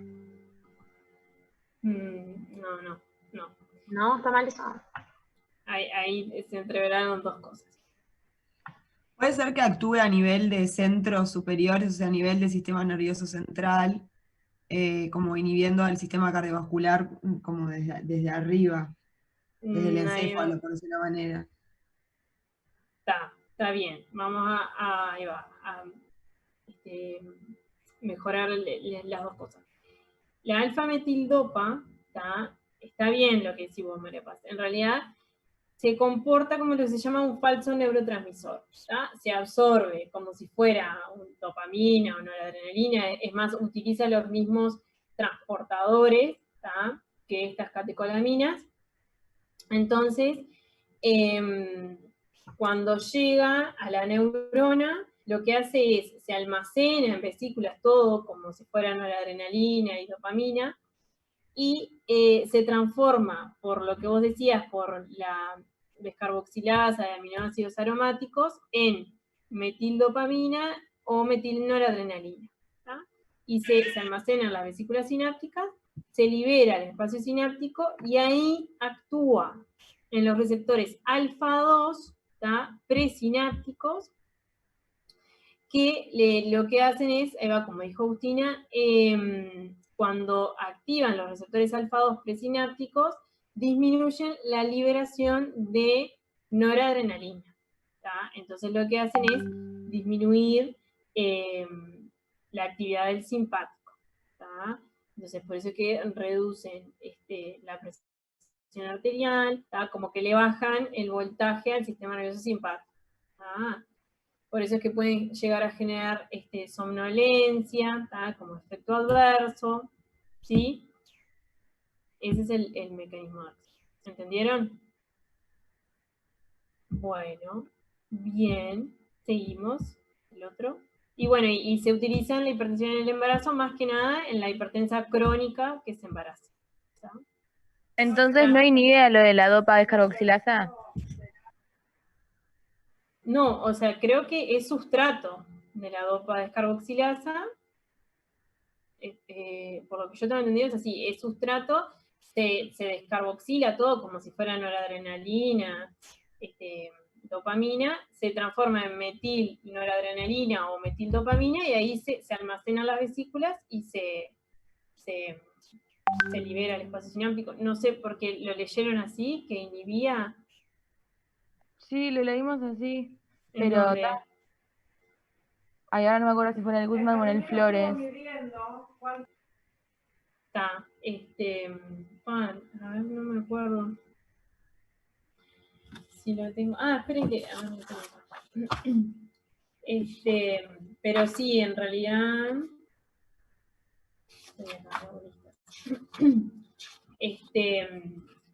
Acá, metildopa. Sí, no, dice. Está. Bueno, después fíjense bien, obviamente quédense con lo que les dice el libro. ¿Tá? Acá dice eso, se metaboliza metilnoradrenalina, pero tengo entendido que es como sustrato, en realidad. Claro. Pero fíjense después bien y lo charlamos. Dale. Bueno, ¿qué otra? El otro, el que sigue, rapidito. Tamsulosina, Sí. que es bloqueador selectivo del alfa-1. O sea, disminuye la resistencia vascular periférica y la tensión arterial. Y genera además la relajación del músculo liso en la vejiga y en la próstata. Perdón, ¿puedes repetir lo que dijiste de la Está bien. tamsulosina? Sí, que es un bloqueador selectivo del alfa-1 que disminuye la resistencia vascular periférica y la tensión arterial y relaja el músculo liso del cuello de la vejiga y de la próstata. Bien. Muchas gracias. Está bien, ¿está? Así como le dijo María Paz. O sea, es un antagonista de los receptores alfa-1 adrenérgicos de un subtipo que está especialmente a nivel de la próstata y de todo lo que tiene que ver con el tracto urinario inferior. ¿Tá? Por eso es que se utiliza en la hipertrofia prostática benigna, ¿tá? Y en ciertas situaciones donde hay retención urinaria. ¿Tá? Y es eso, lo que hace justamente es relajar el músculo liso en localización, ¿tá? Como para mejorar todo lo que son los síntomas irritativos, ¿tá? O sea, todo de obstrucción, ¿tá? De las vías urinarias, ¿sí? Sí, no, más que nada eso, no tiene más. Después van y lo leen bien, ¿tá? Pero ya les digo, no tiene tanto efecto a nivel del músculo liso de arterias y venas, o sea, puede generar un poquito de hipotensión, pero tampoco tan marcada porque es selectivo de los alfa-1 que están a nivel del músculo liso de la próstata, ¿tá? Entonces, por eso no genera como tanta hipotensión como otros antagonistas alfa-1, como es la terazocina, por ejemplo. ¿Tá? Bueno, seguimos. El otro. La dobutamina, que es una agonista de los receptores beta con selectividad para beta 1. La acción terapéutica que vimos, creo que esto lo que sacamos del Goodman Sick, es el tratamiento a corto plazo de la descompensación cardíaca tras una cirugía de pacientes con fallo cardíaco congestivo o un infarto de miocardio. Y genera un aumento de la contractilidad, un aumento leve de la frecuencia cardíaca y la conducción del nodo AB. Está bien. Está bien. La dobutamina, en realidad es como la misma acción que la dopamina, que es el ligando endógeno.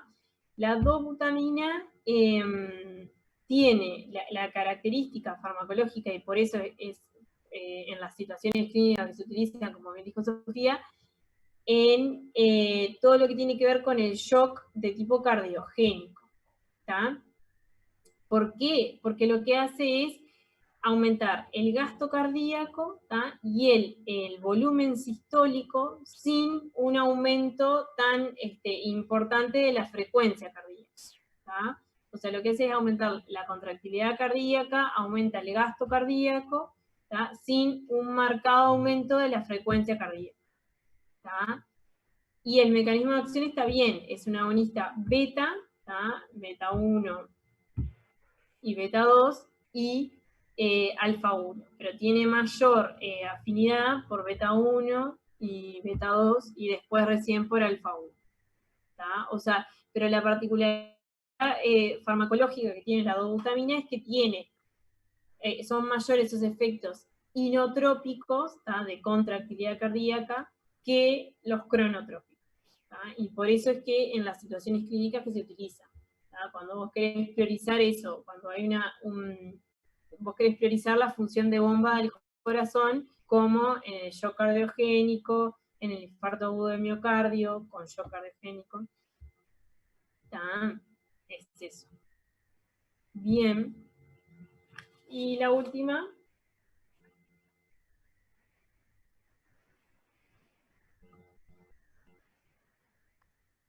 Yo en este encontré para qué se usa, pero no encontré dónde actúa. Me costó pila encontrarlo, ¿viste? Sí, ¿dónde lo buscaron?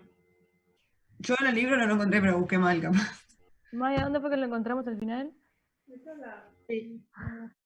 Hablo contigo. Decía que era un estimulante no anfetamínico alfa 1 adrenérgico, pero sí no había mucha información, o no encontramos mucho. ¿Puede ser que se use para la narcolepsia?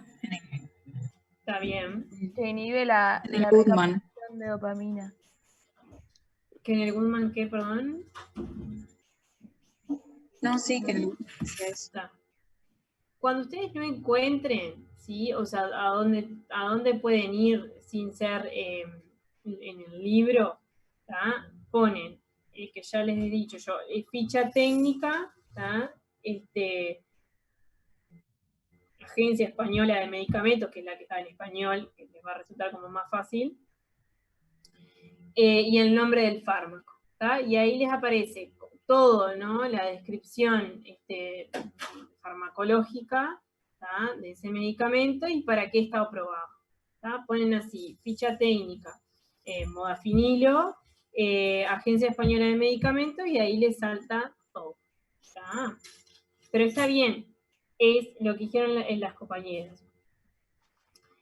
Inhibe la recaptación de noradrenalina y de dopamina, ¿tá? Y a su vez es un agonista alfa 1, ¿tá? ¿Para qué está indicado? Ahí va, como dijo Fernanda, para lo que se llama narcolepsia, es decir, la hipersomnia, es decir, una persona que se queda dormida, ¿tá? En situaciones inadecuadas, ¿tá? O sea, en situaciones excesivas, ¿tá? Y durante el día, ¿tá? Que en realidad dificulta lo que es el desempeño habitual del individuo, ¿tá? Entonces está indicado en esas situaciones puntuales. El mecanismo de acción es eso, es famoso, el modafinilo no lo conocen, o sea que es el fármaco que utilizan los estudiantes de medicina, de todas las carreras, para quedarse despiertos, ¿no? Unos días antes del parcial, ¿tá? Y poder ¿no? Estudiar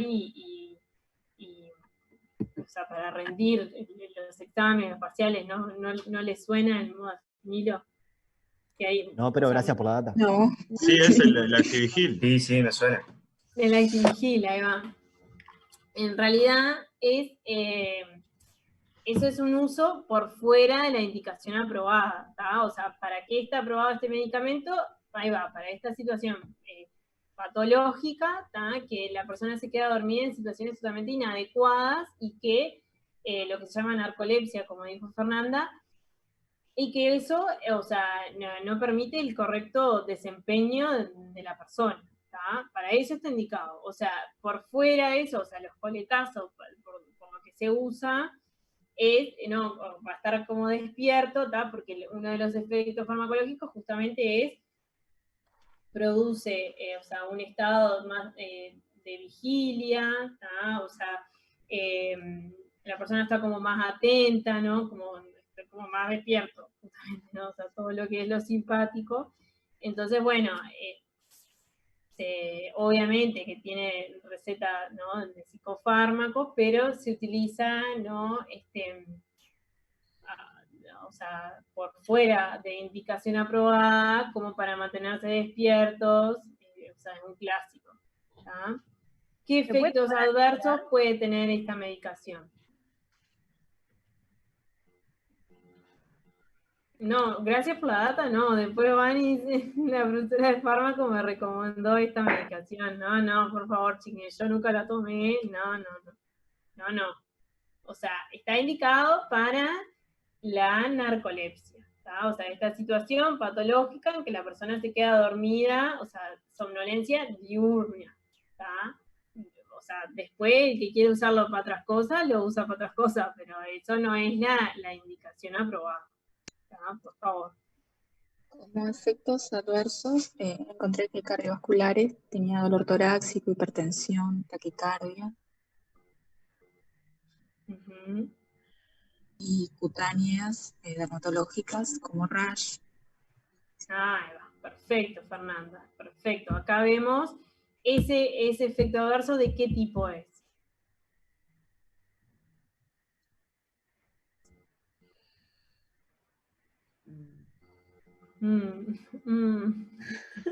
No es el tipo B, que tiene reacciones inmunológicas, no sé qué. Tipo que Ahí va. no sé bien cómo era. Y es frecuente, es no frecuente, es predecible, no predecible. Igual yo tengo una pregunta, eso de predecible y no predecible, como que no me queda muy claro. Tipo, si sabemos dónde actúa el fármaco, ¿no son todos bastante predecibles lo que puede llegar a pasar? Claro, pero justo no, Steven Johnson, que es, o sea, una reacción de hipersensibilidad, o sea, vos vas a predecir que la persona sea alérgica a ese medicamento, no lo sabés, no es predecible. O sea, por eso mismo, hay que repasar estas cosas, por eso mismo. Los de tipo A son dosis dependientes, son predecibles, ¿por qué? Porque se desprenden del mecanismo de acción, o sea, obviamente yo doy un fármaco anticoagulante, obvio que un efecto adverso va a ser los sangrados. ¿Tá? Esos son los de tipo A. Los de tipo B son menos frecuentes, ¿tá? O sea, son poco frecuentes, no se desprenden del mecanismo de acción, no tienen nada que ver, ¿tá? Y son no predecibles porque la mayoría son reacciones de hipersensibilidad, o sea, alergias, ¿tá? Que vos no tenés cómo saber que el individuo va a reaccionar así al medicamento. ¿Tá? El modafinilo está descrito que puede generar, o sea, de manera poco frecuente, pero está descrito que puede generar Steven Johnson. El síndrome de Steven Johnson, ¿tá? Que lo vamos a ver mejor cuando vemos antiepilépticos porque se ha asociado a este tipo de fármacos, ¿tá? Pero está descrito eso. Y después, como dijo Fernanda, todo lo simpático, ¿tá? De vuelta acá todo, ¿sí? Lo simpático mimético, ¿tá? Que por eso es que tampoco está bueno. O sea, utilizar mucho el modafinilo, ¿no? La taquicardia, la hipertensión, ¿tá? Todos los efectos metabólicos, ¿sí? Bien. Bueno, muy bien. Sigan estudiando, ¿tá? Estos fármacos con profundidad, todos los efectos farmacológicos, los efectos adversos, ¿tá? Y la semana que viene vemos fármacos y embarazo y anticonceptivos orales, ¿tá? Estudien. Pregunta, Ana. Sí. De fármacos, o sea, los importantes son siempre los que estamos viendo así en la clase, porque viste que en los libros o sea, en cada capítulo nombra un montón más.